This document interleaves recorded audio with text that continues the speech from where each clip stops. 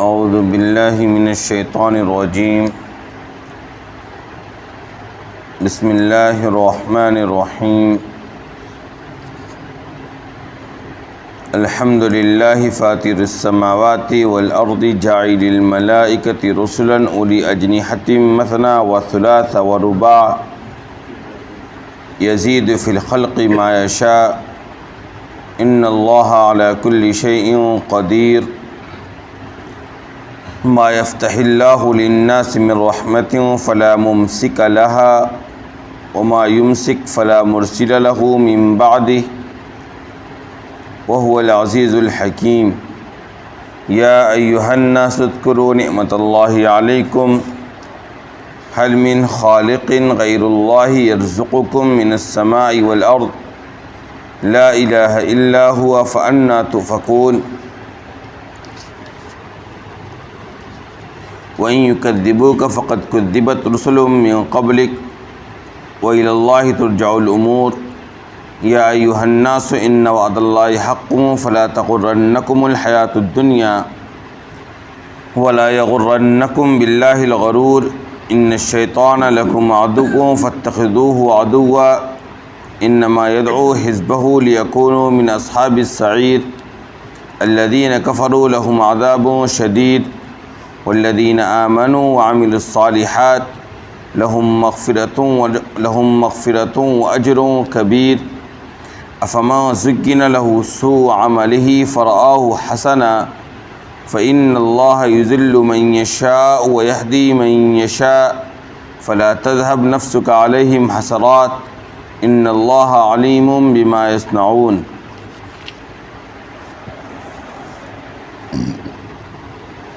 شروع کرتا ہوں اللہ کے نام سے جو سب پر مہربان ہے، بہت مہربان ہے۔ تمام تر تعریف اللہ کی ہے جس نے جو آسمانوں اور زمین کو پیدا کرنے والا ہے، ان فرشتوں کو پیغام لے کر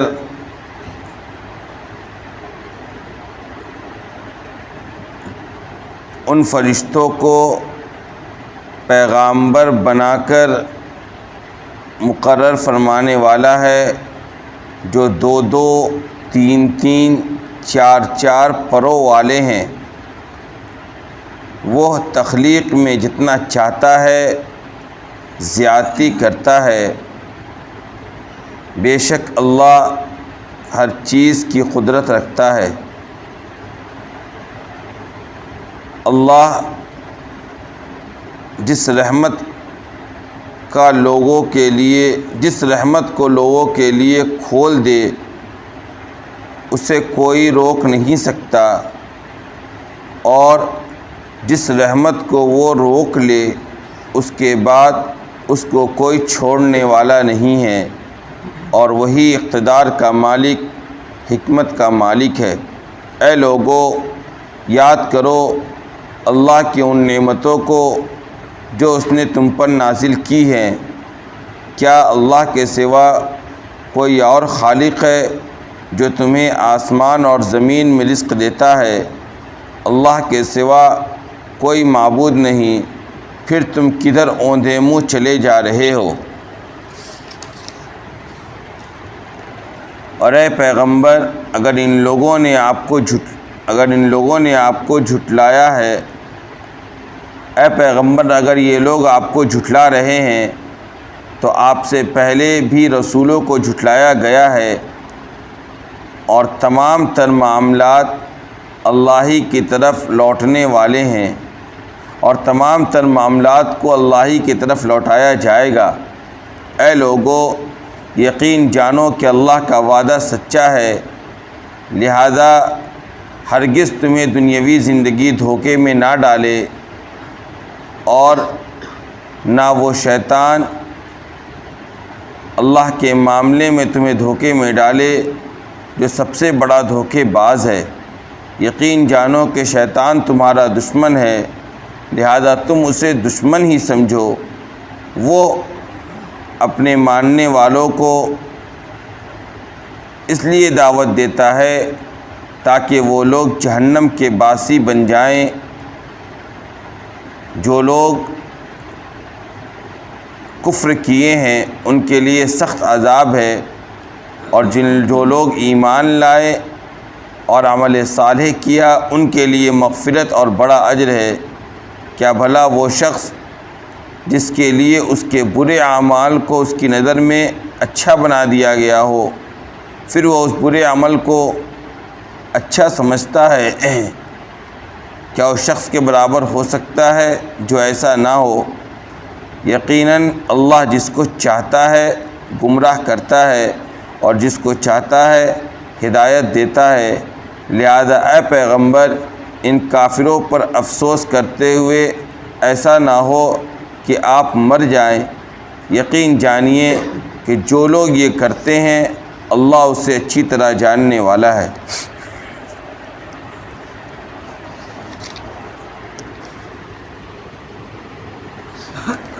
سورہ فاطر کا آج آغاز ہو رہا ہے۔ یہ سورت مکی سورت ہے اور اس کے اندر 45 آیتیں اور 5 رکوع ہیں۔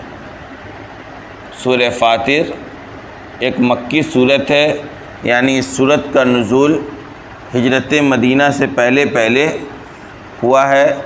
اس کے اندر 45 آیتیں اور 5 رکوع موجود ہیں، یعنی یہ سورت 5 رکوع اور 45 آیتوں پر مشتمل ہے۔ اس سورت کا جو بنیادی مقصد ہے وہ لوگوں کو آخرت کی طرف دعوت دینا ہے۔ اس سورت کا جو بنیادی مقصد ہے وہ کیا ہے؟ لوگوں کو آخرت کی طرف دعوت دینا۔ اور فاطر کے معنی ہوتا ہے پیدا کرنے والا۔ کیا معنی ہوتا ہے؟ پیدا کرنے والا۔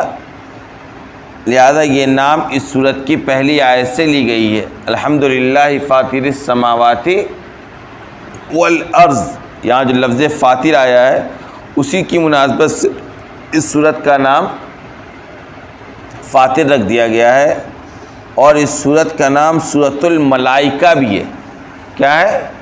سورۃ الملائکہ۔ ملائکہ کے معنی کیا ہوتے ہیں؟ فرشتے۔ چونکہ اس سورت کے اندر فرشتوں کا بھی تذکرہ ہے، اسی کی مناسبت سے اس سورت کو سورۃ الملائکہ بھی کہا جاتا ہے۔ میں نے ابھی آپ کو ایک بات بتلائی، تھوڑا غور سے سنیے گا نیند کو دور کرتے ہوئے، کہ اس سورت کا بنیادی مقصد کیا ہے؟ لوگوں کو آخرت کی طرف دعوت دینا۔ اس سورت کے اندر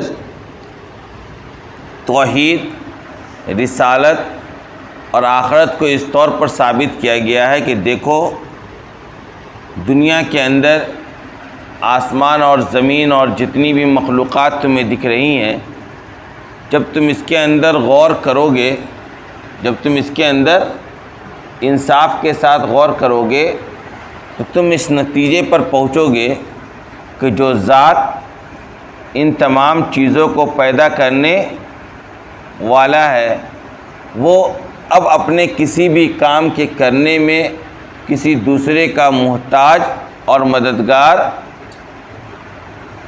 کی ضرورت اس کو نہیں ہے۔ جس ذات نے اتنا عظیم الشان کارخانہ بنایا ہے، آسمان اور زمین، سورج اور چاند، ستارے، انسان، جانور، درخت، پرندے، دریا، سمندر، پہاڑ، یہ ساری چیزیں جو ہم اور آپ دیکھ رہے ہیں، تو جس ذات نے ان ساری چیزوں کو پیدا کیا ہے وہ اس ساری چیزوں کے نظام کے چلانے میں کسی دوسرے کا محتاج اور مددگار کی اس کو ضرورت نہیں ہے۔ آئی بات سمجھ میں؟ لہذا اس کے ذریعے سے کیا بات ثابت ہوئی؟ عدم شرک ثابت ہوا کہ کوئی اس کے ساتھ اس کارخانے کے چلانے میں شریک نہیں ہے۔ لہذا یہی اسی کا نام کیا ہے؟ توحید اور وحدانیت ہے، کہ وہ تنہا ہے جس نے اس پورے محیر العقول نظام کو جو وہ تنہا چلا رہا ہے، جس نے اس پورے نظام کو پیدا کیا، اس کے لیے چلانا کوئی بڑی بات ہو سکتی ہے؟ نہیں ہو سکتی ہے۔ اسی طریقے سے جب اس ذات نے اس پورے نظام کو بنایا اور پیدا کیا، آسمان اور زمین کے کارخانے کو سجایا، تو اس نے یوں ہی بے مقصد تو اس کو نہیں سجایا ہوگا، بے فضول اس نے اس پورے نظام کو بنایا نہیں ہوگا، بلکہ اس کے پیچھے کوئی نہ کوئی مقصد ہوگا، اور وہ مقصد یہی ہے۔ وہ مقصد کیا ہے؟ وہ مقصد یہ ہے کہ جو اس نظام کے اندر اس کے حکم کے مطابق زندگی گزارے گا اس کو انعام سے نوازا جائے گا، اور جو اس پورے نظام کے اندر، اس پوری دنیا کے اندر اس کی مرضی کے خلاف زندگی گزارے گا اس کو سزا دی جائے گی، اور اس کے لیے یوم آخرت ضروری ہے۔ یعنی اس کے لیے اس دنیا کے بعد ایک اور دنیا کا ہونا، ایک اور زندگی کا ہونا ضروری ہے، تاکہ اس دنیا کے اندر جس نے اللہ کی مرضی کے مطابق زندگی گزاری ہے اس کو کیا دیا جائے؟ انعام سے نوازا جائے، اور جس نے اللہ کی مرضی کے خلاف زندگی گزاری ہے اس کو سزا دی جائے۔ لہذا اس سے خود بخود، اس دنیا سے خود بخود آخرت کا وجود بھی کیا ہے؟ ضروری ثابت ہوتا ہے، اور ایک ایسے دن کا ہونا جہاں انعام اور سزا ملے، اسی کا نام کیا ہے؟ یوم آخرت۔ یہی بعث بعد الموت کا عقیدہ ہے۔ تو اسی دنیا کے اندر غور و فکر کرنے سے جب پتہ چلتا ہے کہ اتنا بڑا نظام بے فضول نہیں، اتنا بڑا نظام فضول پیدا نہیں کیا گیا، بلکہ اس سے پیچھے ایک مقصد ہے، لہذا اس مقصد کی تکمیل کے لیے آخرت ضروری ہے، اس کے ذریعے عقیدہ آخرت کو ثابت کیا گیا۔ اور جب ہم نے یہ بات جانی کہ آخرت کے اندر انعام اس کو ملے گا جس نے اس زندگی کے اندر اللہ کی مرضی کے مطابق زندگی کو گزارا ہوگا، اور سزا اسے ملے گی جس نے اللہ کی مرضی کے خلاف زندگی کو گزارا ہوگا، تو لہٰذا اس سے یہ بات بھی ثابت ہوتی ہے کہ اللہ تبارک و تعالیٰ کی مرضی کیا ہے اور اللہ کی مرضی کے خلاف کون سا عمل ہے، اس کو بتلانے کے لیے بھی اللہ نے کوئی نہ کوئی سلسلہ جاری فرمایا ہوگا۔ بھائی کیسے پتہ چلے گا انسانوں کو کہ ہم یہ کام اللہ کی مرضی کے مطابق کر رہے ہیں یا اللہ کی مرضی کے خلاف کر رہے ہیں؟ اس کے لیے بھی اللہ نے کوئی نہ کوئی نظام ضرور چلایا ہوگا، اسی نظام کا نام رسالت، نبوت اور پیغمبری ہے، کہ اللہ تبارک و تعالیٰ نے انہی انسانوں میں سے چند انسانوں کو نبوت اور رسالت سے سرفراز فرمایا، اس کے اوپر آسمان سے وحی نازل کی، اور اس وحی کے ذریعے لوگوں کو بتلایا کہ دیکھو یہ کام میری مرضی کے مطابق ہے، یہ کام میری مرضی کے خلاف ہے۔ لہذا اسی سے کیا ثابت ہو گیا؟ عقیدہ رسالت بھی ثابت ہو گیا، اور اسی پوری رسالت کی کڑی کی آخری کڑی کون ہے؟ پورا جو سلسلہ ہے رسالت کا، اس کے آخری کڑی کون ہے؟ آپ صلی اللہ علیہ وسلم۔ آئی بات سمجھ میں؟ اس دنیا کے اندر غور و فکر کر کے انسان عقیدہ توحید تک بھی پہنچتا ہے، یہی دنیا عقیدہ آخرت کو بھی ثابت کرتی ہے، اور یہی دنیا عقیدہ رسالت کو بھی ثابت کرتی ہے۔ لہذا اس طریقے سے اس صورت کے اندر ان تینوں عقیدے کو ثابت کیا گیا، اور لوگوں کو آخرت کی طرف دعوت دی گئی، اور اس کے بعد اس صورت کے اندر باضابطہ آپ صلی اللہ علیہ وسلم کو تسلی دی گئی کہ دیکھیے آپ کا کام صرف اور صرف پیغام پہنچانا ہے، لوگ مانے یا نہ مانے زبردستی ان کو منوانے کی ذمہ داری آپ کے سر نہیں ہے، اور آپ نے جب اپنا پیغام پہنچا دیا تو پھر آپ کو حسرت اور افسوس کرنے کی ضرورت نہیں۔ لہذا آج ہی آیت کے اندر یہ بات آئے گی کہ دیکھو جب کوئی ہٹ دھرمی اور ضد اور انکار کے ساتھ گمراہی کے راستے سے ہی چمٹا رہتا ہے تو اللہ تبارک و تعالیٰ اس کے مقدر میں گمراہی کر دیتا ہے۔ لہذا اے پیغمبر آپ کو ان پر حسرت کرتے ہوئے، افسوس کرتے ہوئے ایسی کیفیت میں نہیں مبتلا ہونا ہے کہ آپ کی جان ہی نکل جائے۔ آئی بات سمجھ میں؟ یہی اس صورت کا بنیادی مقصد اور اس صورت کے اندر موجود مضامین کا خلاصہ۔ اسی دنیا کے اندر غور و فکر کرو تو پتہ چلے گا کہ جس نے اس پورے نظام کو پیدا کیا وہ اس پورے نظام کو تنہا چلا بھی سکتا ہے، لہذا ہر طرح کے شرک سے نفی ہو گئی، اور جس نے اس پورے نظام کو پیدا کیا اس نے فضول ہی پیدا نہیں کیا ہوگا، بلکہ اس کے پیچھے کوئی نہ کوئی مقصد ہوگا، اور مقصد یہی ہے کہ اچھائی کے ساتھ زندگی گزارنے والے کو انعام دیا جائے اور برائی کے راستہ اختیار کرنے والے کو سزا دی جائے، اور اس کے لیے آخرت ضروری ہے۔ یہی عقیدہ اسلام پیدا کرتا ہے کہ یہی زندگی سب کچھ نہیں ہے، بلکہ اس کے بعد ایک اور زندگی آنے والی ہے جہاں اس دنیا کے اندر گزاری ہوئی زندگی کے مطابق فیصلہ ہوگا۔ اور اللہ کی مرضی کو جاننے کے لیے عقیدہ رسالت ضروری ہے، رسالت کا پورا سلسلہ کا جاری ہونا ضروری ہے، اور اس سے اللہ کے رسولوں پر ایمان لانا ثابت ہوتا ہے۔ لہذا تو ہم لوگ ترجمہ جو ہم نے کیا بہت آسان ترجمہ تھا، بس اس کی تھوڑی سی تشریح اس کو سن لیجیے۔ اس صورت کا آغاز اللہ تبارک و تعالیٰ کی صفت، اللہ کی تعریف اور اللہ کے حمد و ثنا سے کی گئی۔ جیسا کہ ہم دیکھتے ہیں کہ اکثر صورت کا آغاز اسی طریقے سے ہوتا ہے کہ ابتدائی آیتوں کے اندر اللہ تبارک و تعالیٰ کی حمد و ثنا بیان کی جاتی ہے اور اللہ کی عظیم الشان قدرتوں کا تذکرہ کیا جاتا ہے۔ لہذا اس صورت کو کہا گیا کہ دیکھیے تمام تر تعریف اللہ ہی کے لیے ہے۔ کس اللہ کے لیے؟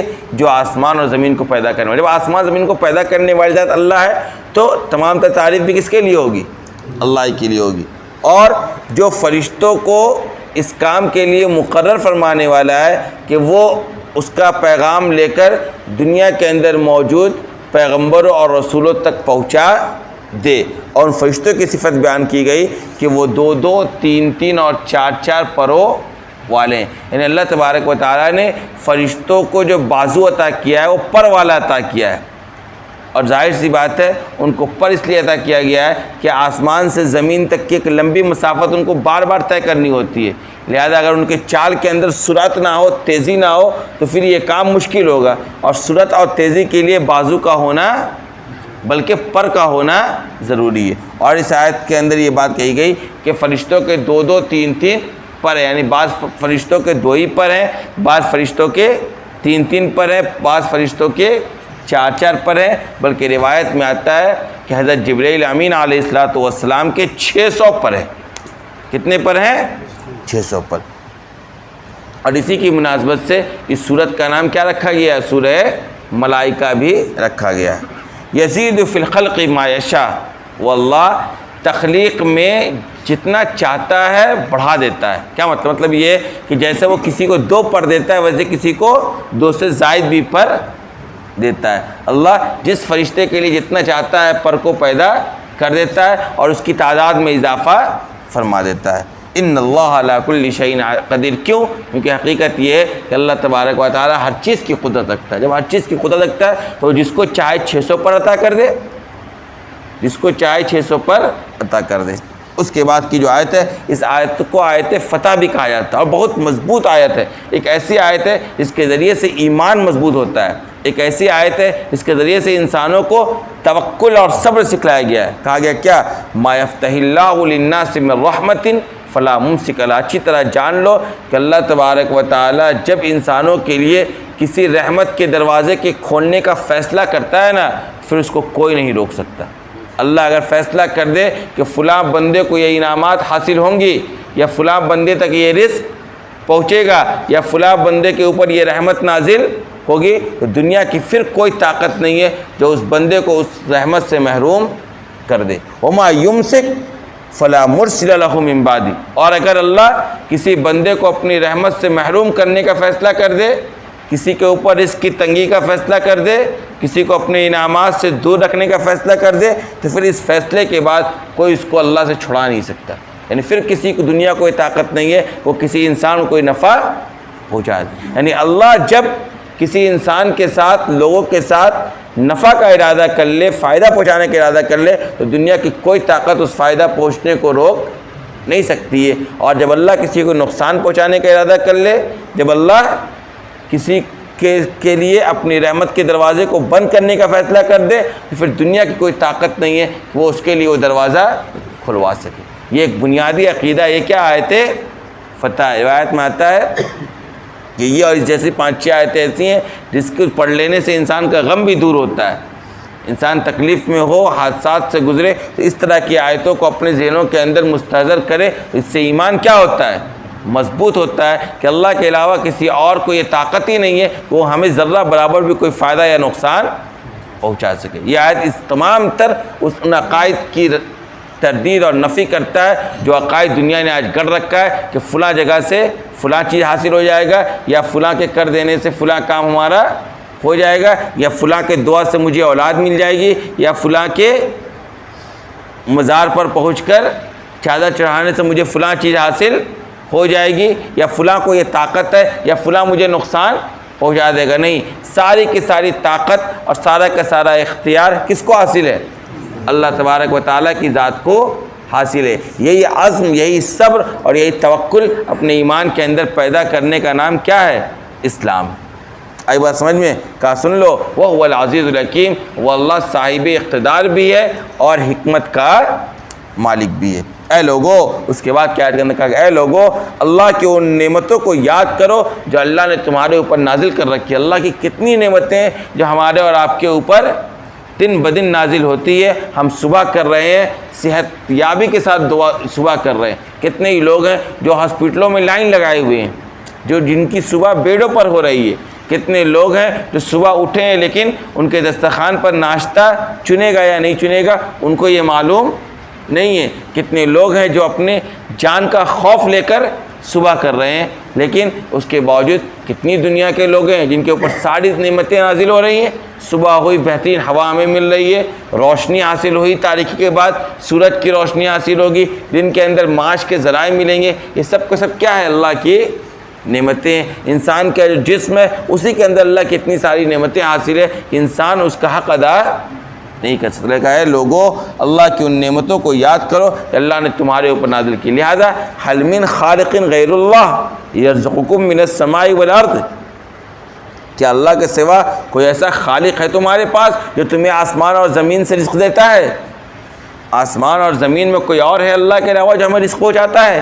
غور کرو، ویسی بات نہیں ہے تو لا الہ الا ہو، اللہ کے سوا کوئی معبود بھی نہیں ہے، اس کے علاوہ کسی اور کی عبادت نہیں کی جائے گی، اس کے علاوہ کسی کے سامنے سجدہ نہیں کیا جائے گا، اس کے علاوہ کسی اور کو وہ اختیارات نہیں دیے جائیں گے جو اللہ کو حاصل ہے، اس کے علاوہ کسی اور کے لیے وہ صفات نہیں ثابت کی جائے گی جو اللہ کے ساتھ خاص ہے۔ اللہ رازق ہے، اللہ خالق ہے، اللہ مالک ہے، یہ بات کسی اور کے لیے ثابت نہیں کی جائے گی۔ فَأَنَّا تُؤْفَكُونَ، لہٰذا جب یہ ساری باتیں پھر تم کہاں اوندے منہ چلے جا رہے ہو؟ کہاں شرک و بت پرستی کے آگ کے اندر لپٹے چلے جا رہے ہو؟ کہاں کسی اور کے در پر مانگنے چلے جا رہے ہو؟ کہاں کسی اور کا خوف اور ڈر اپنے دل کے اندر پیدا کیے جا رہے ہو؟ لا الہ الا ہو فَأَنَّا تُؤْفَكُونَ، کہاں تم اوندے منہ چلے جا رہے ہو اللہ کو چھوڑ کر؟ لہذا اس کے باوجود بھی جب یہ ساری باتیں کفار مکہ کے سامنے پیش کی جاتی تھی، اس کے باوجود بھی جب آپ صلی اللہ علیہ وسلم کو یہ لوگ جھٹلاتے تھے تو آپ صلی اللہ علیہ وسلم کو تسلی دینے کے لیے آیت نازل کی گئی، کہا کہ وَإِن يُكَذِّبُوكَ، اے پیغمبر اگر یہ لوگ آپ کو جھٹلا رہے ہیں، آپ کو سچا نبی ماننے کو تیار نہیں ہے، آپ کے اوپر نازل کردہ وحی کو اگر یہ جادو اور من گھڑت کہانی اور افسانہ کہہ رہے ہیں تو سن لیجئے فَقَدْ كُذِّبَتْ رُسُلٌ مِّن قَبْلِكَ، آپ سے پہلے بھی بہت رسولوں کو جھٹلایا گیا ہے، وَإِلَى اللَّهِ تُرْجَعُ الْأُمُورُ، اور تمام تر معاملات کو اللہ کی طرف لوٹایا جائے گا۔ جو بھی ہو رہا ہے، جو بھی آپ کے ساتھ کر رہے ہیں، سب اللہ کے سامنے پیش کیا جا رہا ہے۔ کل قیامت کے دن اللہ چن چن کر سب سے بدلہ لے گا۔ لہذا یا ایھا الناس، اے لوگو، ان وعد اللہ حق، جان لو، یقین جانو کہ اللہ کا وعدہ سچا ہے۔ اللہ نے جو تم سے جنت اور جہنم کا وعدہ کر رکھا ہے یہ کیا ہے؟ سچا ہے۔ فلا تغرنکم الحیات الدنیا، لہذا ہرگز تم یہ دنیاوی زندگی دھوکے میں نہ ڈال دے۔ اس دنیا کے چکر میں پڑ کر اللہ کے وعدے کے سلسلے میں اپنے ایمان کو کمزور مت کرنا، اس دنیا کے چکر میں پڑ کر اللہ اس کے رسول کے راستے کو مت چھوڑنا۔ یہ دنیا تمہاری کبھی ہونے والی نہیں ہے، اس دنیا سے دھوکہ میں تمہیں ہرگز نہیں پڑنا ہے۔ وَلَا يَغُرَّنَّكُمْ بِاللَّهِ الْغَرُورُ، اور اللہ کے معاملے میں تمہیں وہ چیز بھی ہرگز دھوکے میں نہ ڈال دے جو سب سے بڑا دھوکہ باز ہے۔ یہ کون ہے؟ شیطان۔ اللہ کے بارے میں شیطان تمہیں دھوکے میں نہ ڈال دے کہ جب تک میں ایسا کروں گا نہیں تو ایسا ہوگا نہیں، بغیر کیے بھی اللہ چاہے گا تو ہو جائے گا، یہ کہ میں کروں گا تو ہو ہی جائے گا، یہ بھی کیا ہے؟ شیطان کا دھوکہ ہے۔ اللہ چاہتا ہے تو کچھ دنیا کے اندر ہوتا ہے، اللہ نہیں چاہتا تو دنیا کوئی طاقت اس کام کو کر نہیں سکتی۔ وَلَا يَغُرَّنَّكُمْ بِاللَّهِ الْغَرُورُ، اللہ کے بارے میں کسی قسم کی بدگمانی تمہیں نہیں کرنی ہے۔ سارا کا سارا بھروسہ کس پر رکھنا ہے؟ اللہ پر رکھنا ہے۔ اللہ کے معاملے میں ذرہ برابر بھی دھوکے کا شکار نہیں ہونا۔ لہذا کیا کہا؟ اللہ کے معاملات میں تمہیں ہرگز وہ چیز دھوکے میں نہ ڈال دو جو سب سے بڑا دھوکہ باز ہے، اور وہ کیا ہے؟ شیطان۔ لہذا کہا ان الشیطان لکم عدو، اچھی طرح جان لو کہ شیطان تمہارا کیا ہے؟ دشمن ہے۔ فاتخذوا عدوا، لہذا تم اس کو دشمن ہی سمجھو، شیطان کو دوست نہ سمجھو انما یدعو حزبہ لیکونوا من اصحاب السعیر، اس کا کام کیا ہے معلوم ہے؟ یہ شیطان اپنے ماننے والے کو پتہ ہے کس چیز کی دعوت دے رہا ہے؟ یہ اپنے ماننے والے کو جہنم کی دعوت دے رہا ہے۔ یہ ان کو اس لیے بلا رہا ہے، ان کو اپنے سے قریب کر رہا ہے لیکونوا من اصحاب السعیر، تاکہ یہ سب لوگ جہنم کے باسی بن جائیں۔ شیطان یہ چاہتا ہے کہ انسان کو کہاں پہنچا دیا جائے؟ جہنم میں پہنچا دیا جائے۔ لہذا شیطان تمہارا دشمن ہے، شیطان سے دھوکے میں مت پڑنا، ہمیشہ چوکنا رہنا۔ شیطان طرح طرح کی پٹی تمہیں پڑھائے گا، اس کی باتوں کو مان کر زندگی تمہیں نہیں گزارنا ہے، ورنہ کیا ہو جائے گا؟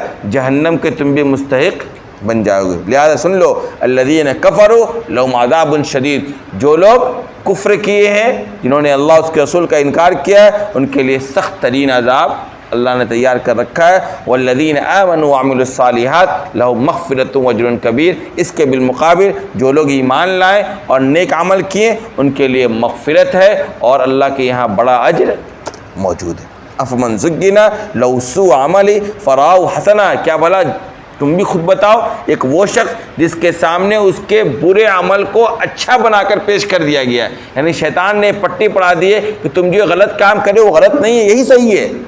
تمہاری بچیاں جو بے پردگی کے ساتھ گم رہی ہیں وہی اصل ہے، تم جو سنت کے خلاف زندگی گزار رہے ہو وہی اصل ہے، تم جو سماج کے راستے پر چل کر شادی بیاہ کے اندر فضولیات کر رہے ہو وہی اصل ہے، تم جو سودی کاروبار کے اندر لگے ہوئے ہو وہی اصل ہے، تم جو اپنے رشتہ داروں سے، پڑوسیوں سے، دوستوں کے ساتھ صلہ قطع رحمی کر کے زندگی گزار رہے ہو وہی اصل ہے۔ جس نے تمہیں یہ پٹی پڑھا رکھی ہے نا، تو جو شخص کے لیے اس کا برا عمل اچھا بنا کر پیش کر دیا گیا ہے کہ یہی اچھا ہے اور وہ اس کو اچھا بھی سمجھ رہا ہے، فراہ حسنا، کیا بتاؤ یہ اس شخص کے برابر ہو سکتا ہے جس کے اعمال اچھے ہوں؟ کبھی نہیں سکتا۔ لہذا جان لو فإن اللہ یضل من یشاء ویہدی من یشاء، اللہ جس کو چاہتا ہے گمراہی پر ڈال دیتا ہے اور جس کو چاہتا ہے ہدایت دیتا ہے۔ اس کا مطلب یہ ہے کہ جو ہر دھرمی اور ضد اور انکار کے راستے کو ہی مضبوطی سے پکڑے رہتے ہیں تو اللہ تبارک و تعالیٰ اس کے مقدر کے لیے گمراہی بھی طے کر دیتا ہے۔ پھر نتیجہ یہ ہوتا ہے کہ وہ ہر معاملے میں اللہ اس کے رسول کو چھوڑ کر شیطان کا پیروکار بن جاتا ہے اور شیطانی چالوں کا شکار ہوتا ہے اور شیطانی بتائے ہوئے راستے پر چلتے ہوئے اسے وہی عمل اس کے لیے کیا ہوتا ہے، اس کو بھلا اور اچھا معلوم ہونے لگتا ہے۔ لہذا فلا تذهب نفسك علیہم حسرات، یہی معاملہ کفر و شرک کا بھی ہے، جو اللہ کو انکار کرتا ہے، جس کو لگتا ہے کہ ہر کنکر کے اندر ایک بھگوان اور ایک خدا نعوذ باللہ موجود ہے، جس کو لگتا ہے کہ جو میرا کام بنا دے وہی میرا خدا، جو اگتا سورج کو بھی پوجنے لگے اور ڈوبتے سورج کو بھی پوجنے لگے، جو یہی سمجھ رہا ہے کہ یہی ٹھیک ہے اور اسی پر وہ ڈٹا ہوا ہے، ضد کر رہا ہے، تو اللہ تبارک و تعالیٰ اس کے لیے یہی کفر و شرک مقدر کر دیتا ہے اور وہ گمراہی کا شکار ہوتا چلا جاتا ہے۔ اور جس کو اللہ چاہتا ہے، جس کے اندر حق کی جستجو ہوتی ہے، حق کو مضبوطی سے پکڑنے کی جس کو خواہش ہوتی ہے، جو حق کے لیے تڑپتا ہے، اللہ تبارک و تعالیٰ اس کو ہدایت سے سرفراز فرماتا ہے۔ لہذا فلا تذهب نفسك علیہم حسرات، اے پیغمبر ان کافروں پر افسوس کرتے ہوئے ایسا نہ ہو کہ آپ کی جان ہی چلی جائے، آپ کو ایسا نہیں کرنا ہے۔ ان اللہ، آپ کو مضبوطی سے قائم رہنا ہے، آپ کو بہت زیادہ ان کو لے کر پریشان نہیں ہونا ہے، حسرت اور افسوس کے مارے اپنی جان کو گھلانا نہیں ہے۔ ان اللہ علیم بما یصنعون، کیونکہ اللہ تبارک و تعالیٰ ان کے تمام کرتوتوں سے واقف ہے، یہ جو بھی کر رہے ہیں سب اللہ کے علم میں ہے کہ اللہ تبارک و تعالیٰ چن چن کر سب کا حساب لے گا، لہذا آپ کو بہت زیادہ گھبرانے کی ضرورت نہیں ہے۔ آخر دعوانا